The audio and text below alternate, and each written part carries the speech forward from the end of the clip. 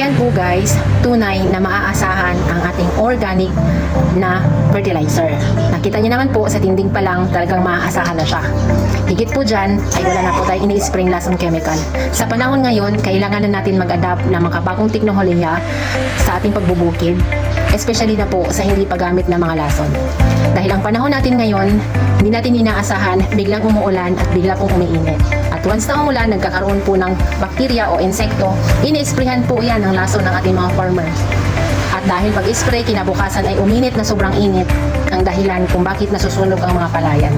Dito sa organic ay hindi na natin kailangan alalahanin ang weather kasi ito ay natural, makakalikasan. Higit sa lahat, higit po na makakatipid ang farmer dahil hindi na natin kailangan bumili ng mga lason na napakamahal sa merkado. At dahil kung kailangan po natin na pagandahin pa ang ating mga pagbubukid, ito lang po ang ating gagamitin.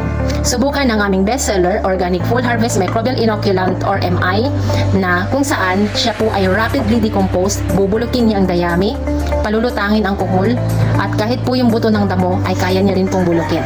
At siya na rin po yung nag-colonize ng bad bacteria into good bacteria.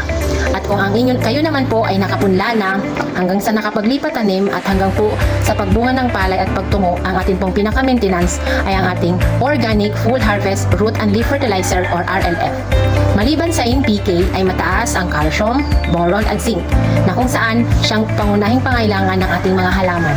Sa mga interested, message lang po kayo para ma-assist namin kayo. Kung kakayanin ay pwede pa po kayong mabisita ni Mr. Ricky Brown na kung saan ay umiikot ngayon sa buong Kamindanawan.